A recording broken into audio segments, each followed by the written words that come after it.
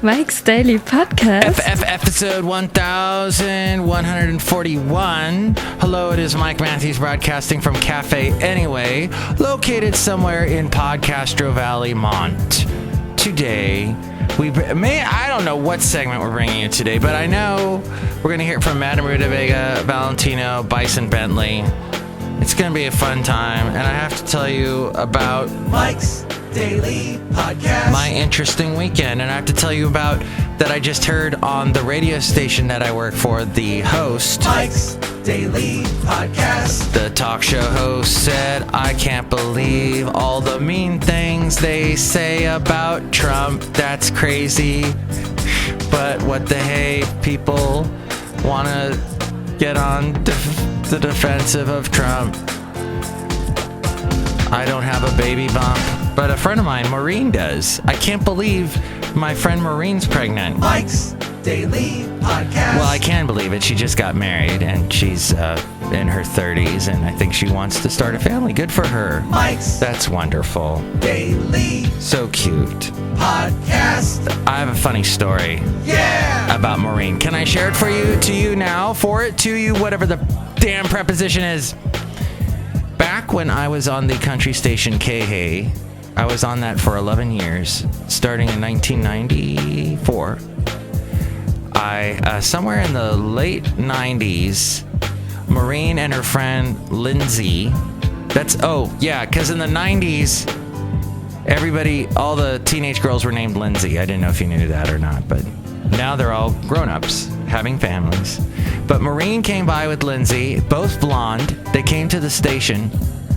They brought me a cookie, a big chocolate chip cookie for my birthday. It was so nice of them. And then I said, "Hey, you want to hang out and, watch me do the radio show?" Because I was taking requests. It was a country show. They were into Clay Walker, the country singer. And so they were sitting down. We didn't have really any chairs, so they were just sort of sitting on the floor. And my boss, who had met them earlier, he comes into the studio and he goes, "Hey, man, just want to let you know, I saw those girls earlier, and if you're going to have your way with them, make sure to use a condom." And the girls are sitting right there when they heard it. And he looks down and sees them sitting over in the corner, and he just runs out like that. Like the door just happened, sound effect just there. Maureen and Lindsay still remind me on Facebook of that story, of that happened eons ago. Ugh. That was one of the most awkward people I ever worked for. But that's radio, and that's de rigueur in radio. But look who just walked in. "Hello, Michael Master, it's Madame Rootabega. I like it when you speak French." That was French that I just said? Yes, Michael Master, French. What do you think of Jennifer Garner and Matthew Modine? I love them! Jennifer Garner in that Christian movie, Miracle Walker or whatever it's called. It's called I Love the Miracles. No, I think it's just called Miracle Factory, or You'll Come See This Movie because we have Miracle in the title. I think that's what it's called. And Matthew Modine was in Vision Quest. And you know what song was from Vision Quest? "Because I'm crazy for you." That's right, that Madonna song. Look who else just walked in. Oh, you know what else was in? Actually, they put this in the Ron Burgundy, one of the Ron Burgundy movies, which we were discussing Ron Burgundy. Should I play that sound effect again? Oh, let's play this one here. I'm kind of a big deal. Okay. Ron Burgundy. Horrible movie. But people love to quote from it. They played that one song. People... Ah! What? Just because I was about to sing, you're playing the dramatic sound effect? People talking, and they're saying that you're leaving. So unhappy about the things that... Oh, we always work for money. We always work for fame. Some say we'll have the answers. Some things ain't ever gonna change. Change. It doesn't matter who you are. It's only change. Change. What's in your heart will stay the same. John Waits. I was in a conversation about John Waits over the weekend with the father of the bride of the reception that I DJ'd for. on Saturday. Perhaps you're listening to this podcast because you met me on Saturday and I shamelessly promoted my podcast there. But Joe, I was talking to Joe, the father of the bride, and Joe is like, oh, John Waits. I'm like, you know John Waits? He's like, oh, yeah, I totally got into 80s music. Really? Yeah, I graduated high school in 1970, but I got into 80s music because I was like in my 30s then, and me and my wife, we liked listening to the radio, and John Waits' Missing You, what a great song. Because we were having a conversation about how Journey turned into Bad English, which had John Waits. Okay, none of you care. I'm still thinking about that wonderful Santa Cruz staycation I took a few weeks ago on a Friday. I got off of work at 1:30. Got in my car, drove down to Santa Cruz. I had tickets to the beach boardwalk, and I rode rides, and I was by myself. And then a guy that I produce his talk show, he talks about money. He says he's kind of a big deal. I'm kind of a big deal. But, well, he is on television, which is more than I can say for myself. Actually, it's a good thing I'm not on TV. Do not have a face for TV. Have a face for radio. Have a face for podcasting. But when I told him that I go down to Santa Cruz once in a while to go to the beach boardwalk, he looked at me and he goes, do you have kids? And I said, no. And he said, that's kind of weird. I'm worried about you. Yeah? Well, you. I really enjoy the beach boardwalk and riding the rides. And yes, it kind of takes me back to my youth, and my mom and I went there. We drove all the way up from Los Angeles to Santa Cruz and rode the roller coaster. My mom still remembers that. I was talking to her about it the other day. And I thought to myself, well, I think that's a good thing. Would you like me to do that accent? Would you like me to talk that way the rest of the show? I did want to bring up one other thing. Santa Cruz drivers are the worst. The worst. I don't know what's going on down there. There's probably a lot of pot. And, you know, the wonderful beauty that is down there, it just intoxicates the drivers to the point that they can't drive and shouldn't drive. And they just horrible. So we'd sure love to hear your feedback, because I sure was saying a lot of things. And I sure am not from the Midwest, so I don't know why I'm talking like this. I don't know.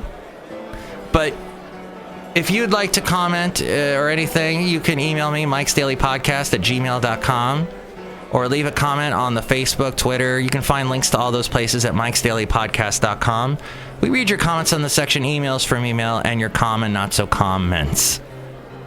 You can help support this show at mikesdailypodcast.com. There's a link there to all the wonderful things that you can do to the show. Amazon. If you want to buy anything on Amazon, please go through mikesdailypodcast.com first, and that helps us out. It doesn't change the way you shop. We get kind of a little commission from it. It's very little, but we get something. And another great way to support the show, of course, is through PayPal. We have a link there. You'll get a special greeting from all the Cafe Anyway characters. And there's also all the past podcast pictures. Speaking of which... And here's today's podcast picture. You know, I realize I don't have a deep, robust voice.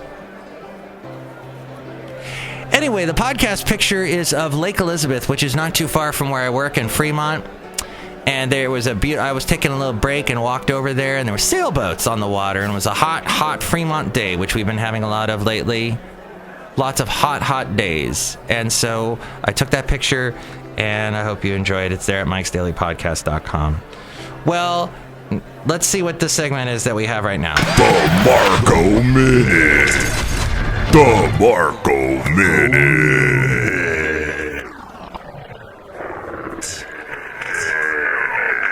Stand together somehow. We are the world. We are the children. I gotta do a Springsteen. We are the ones who make a better day. So let's start giving. I'm doing Stevie Wonder. There you go. There's a choice what I can hear. Dude, make a better day. Just you and me. Yes, that's correct. We do. I love Steve Perry's voice. Yes. And that.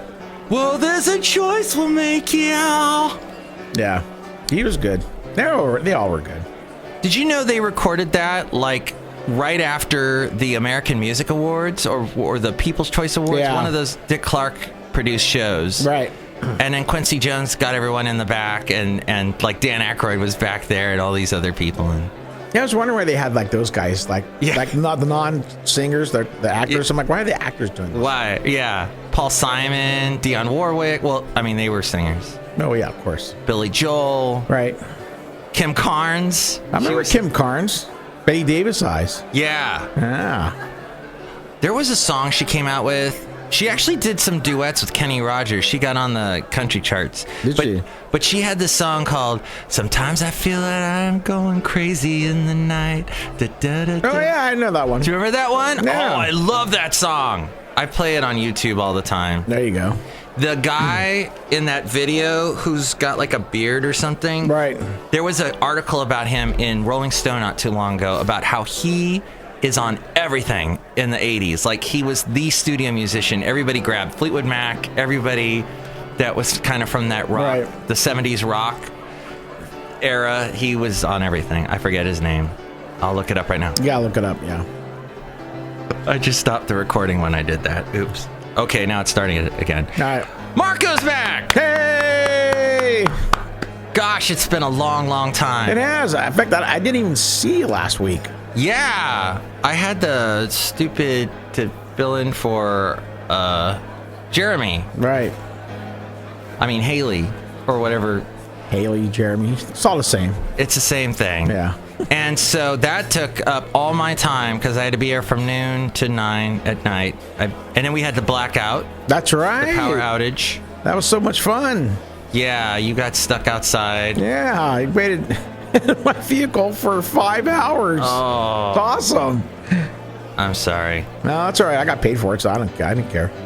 And then you went to, yeah, that makes it all better. Do you like my broken headphones? Yeah, duct tape fixes everything. So The problem is it's right here in the ear section, and there's no way that you just have to do it this bad to make the duct tape go all the way up. trust me, I've been MacGyver when it comes to headphones back in the day. So yeah, I would do anything, put anything on it just so it sticks for that 6 hours. I'm trying to maybe put like a little something with my phone like this.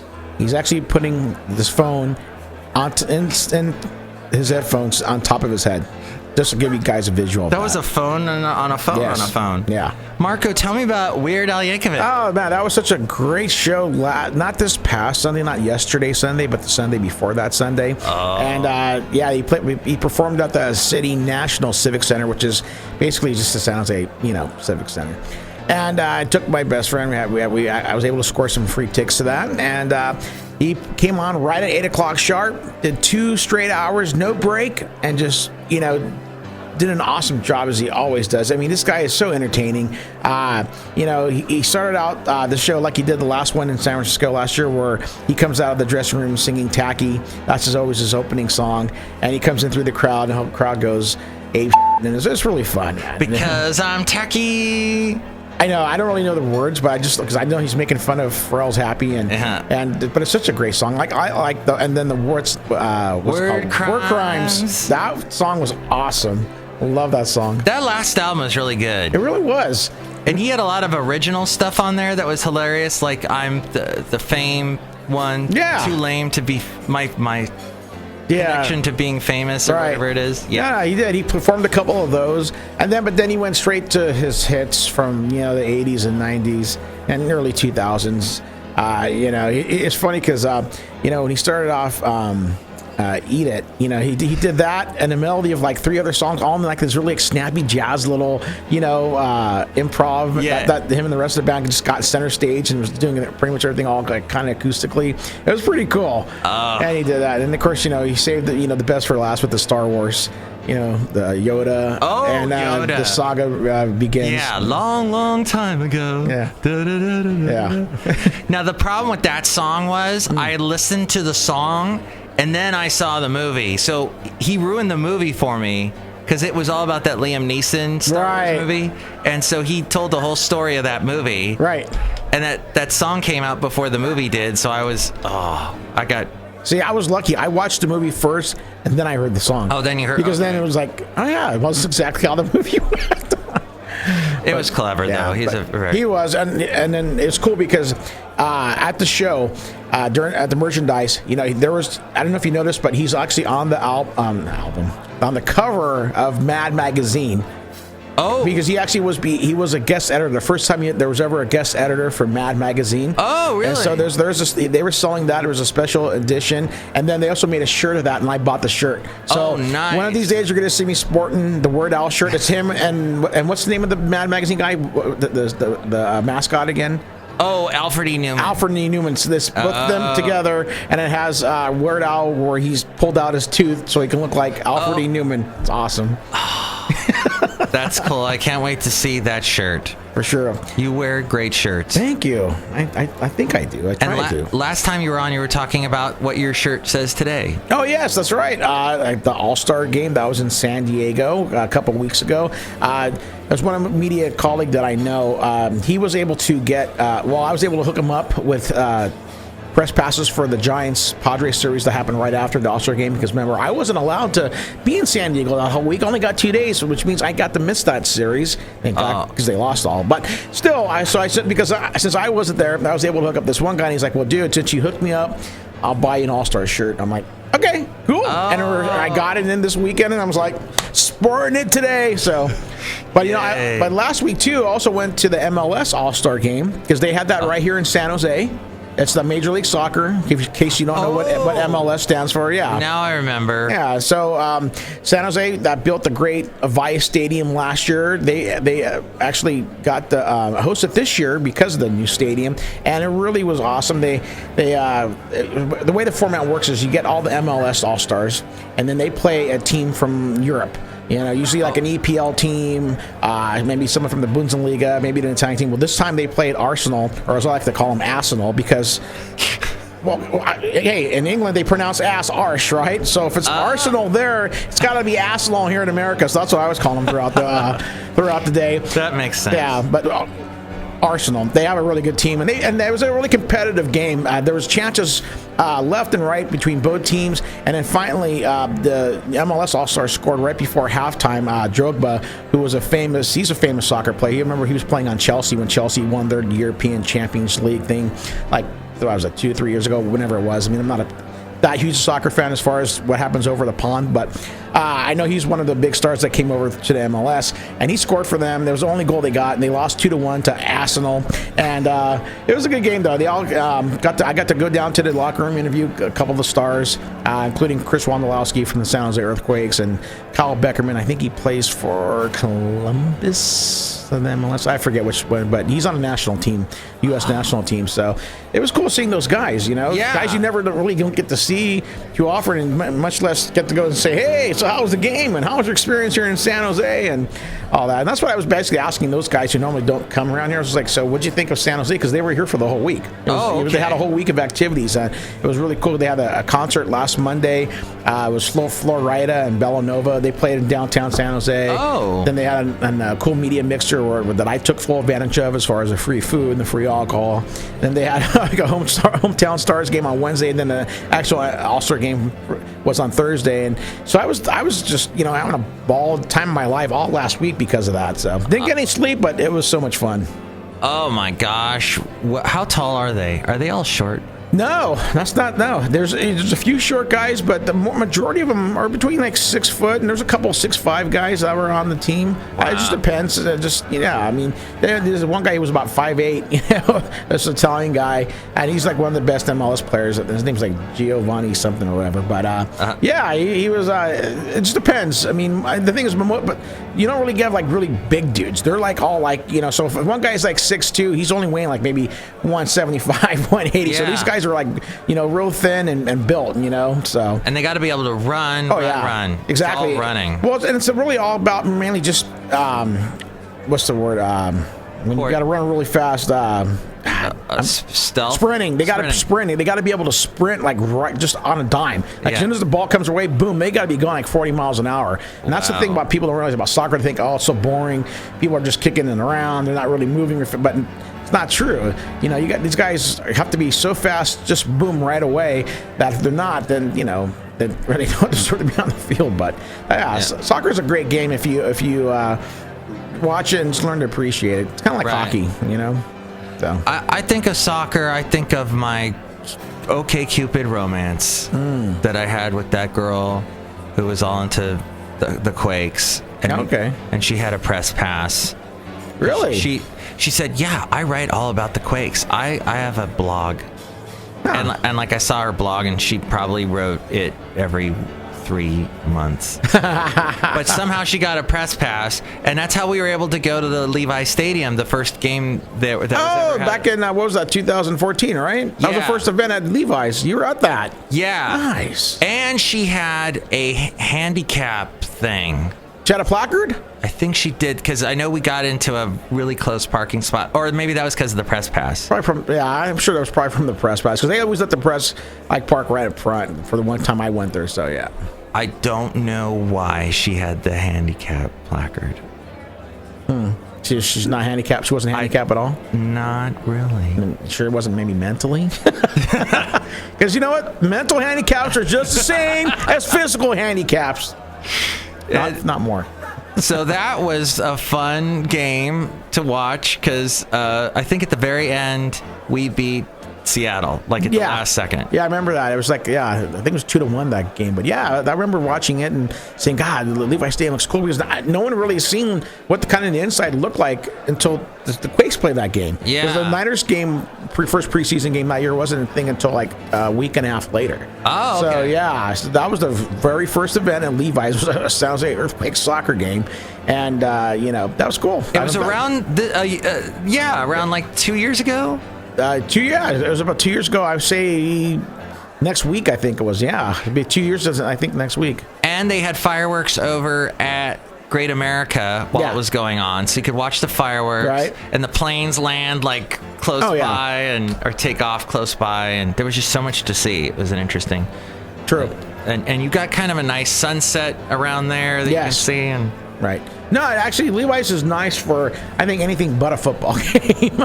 I was there. I was at the stadium game for the NHL when the Sharks played the Kings there last year, last February 2015, and there was 70,000 people for that thing. Wow! And it was really cool. Even though they stuck us way up in this press box, which is like the very top level, like basically where the roof is at. So watching something from there wasn't that great, but I got to walk around the stadium and see all the sight lines, and then actually got to go down where the ice was 2 days before the game, because they were letting the media do that, and that was really cool just to experience that whole thing, because it's the first time Bay Area's ever had any kind of a outdoor hockey game, and it was pretty cool, even though the Sharks lost it that day, but still the whole experience was really awesome. Wait, what? They did hockey outside? They did hockey outside at Levi Stadium last year, yeah. How the heck do they do that? Oh, it's easy. These ice people that put the ice in all that. The Zambonis? The Zamboni just smooths the ice. This is people who actually create the rink and put the ice on there. They have this system and all these huge machines that are outside that funnel in like all this like cool air or whatever it is that keeps the ice cold so it doesn't melt. That's amazing. Yeah, it really was. I mean, it was cool because the media, we were the first ones to actually go out on the ice. We had a skate that if you brought your skates, you could go on there. I fortunately didn't have any, but I was still like hanging right next to it, and I got to like touch the ice and reached over, and it was really cool. And the fact that they had that, the system they have in place is like just so state of the art. The thing is, they had, and then the year before that, they had an outdoor game at Dodger Stadium for the Kings and the Anaheim Ducks. Wow. The year before that, so yeah. So, I didn't know they did that. Yeah, they could do that. That's amazing what technology can do. Is you can have outdoor hockey in places where it's 75 degrees if you want to. And now, luckily, it was a little bit cooler last year for the Sharks-Kings game, but that game in L.A., it was 75 degrees that day.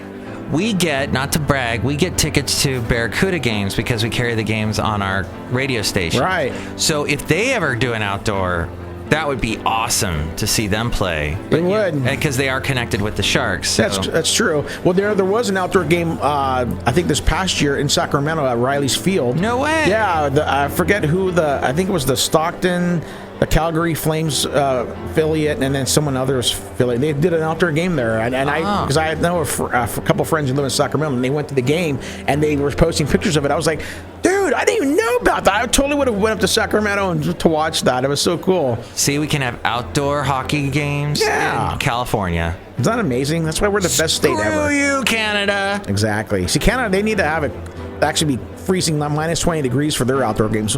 Us, we could be out here 65, 70. Throw us on some ice. We're good to go. All the ladies in bikinis. Mm-hmm. I'm not being misogynistic. I'm just saying ladies look nice in bikinis. Oh, yeah. Well, if Katy Perry can say it, then I think it's okay for everyone else. California. Exactly. You knew exactly where I was going with that. We are the world. Anything else, Marco? I think I'm okay now. Yeah. You got it out of your system. I got it all out of my system, yeah. Well, anything you forgot, we can do on another edition of the Marco Minute. There you go. Thank you, Mike.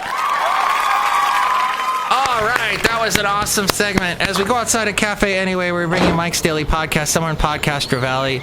Outside here, all the Cafe Anyway characters, including 2 that I did not mention. Hello there, Mike. It's Valentino, the backing attendant. And this is Bison Bentley. Do you know that? Mike, we agree with this guy on that, so I'm not going to go deeply into it. that you are bashing Trump too much. Yeah, leave him alone. He's a good guy. Do you know that? He's a good guy. Okay. Basically, he puts down everyone and anyone. He belittled a woman who had lost her son recently. He tries to get Russia to invade us. What else? I mean, the list goes on and on and on. It's to the point. It's like he's an abusive husband, and we're like forgetting all the bad things he did because we want to stay married to him for some reason. You Trump supporters want to stay married to him even though you don't really like him. I don't get it. Mike, you're blowing this way out of proportion there. Chris Christie, 2016. Yeah, Chris Christie. Do you know that? He is actually part of Trump's cabinet already. He's going to be part of the transition team. He's already been designated to be part of his even though he is not president yet. Let us be thankful for that. Let us relish these few moments left that he's not president. But he's part of Chris Christie's already part of his transition team to get him into the White House and everything. Heard that. Oh, I also heard another interesting thing today as we're wrapping up the show outside here of Cafe Anyway, located somewhere in Podcastro Valleymont, that cremations this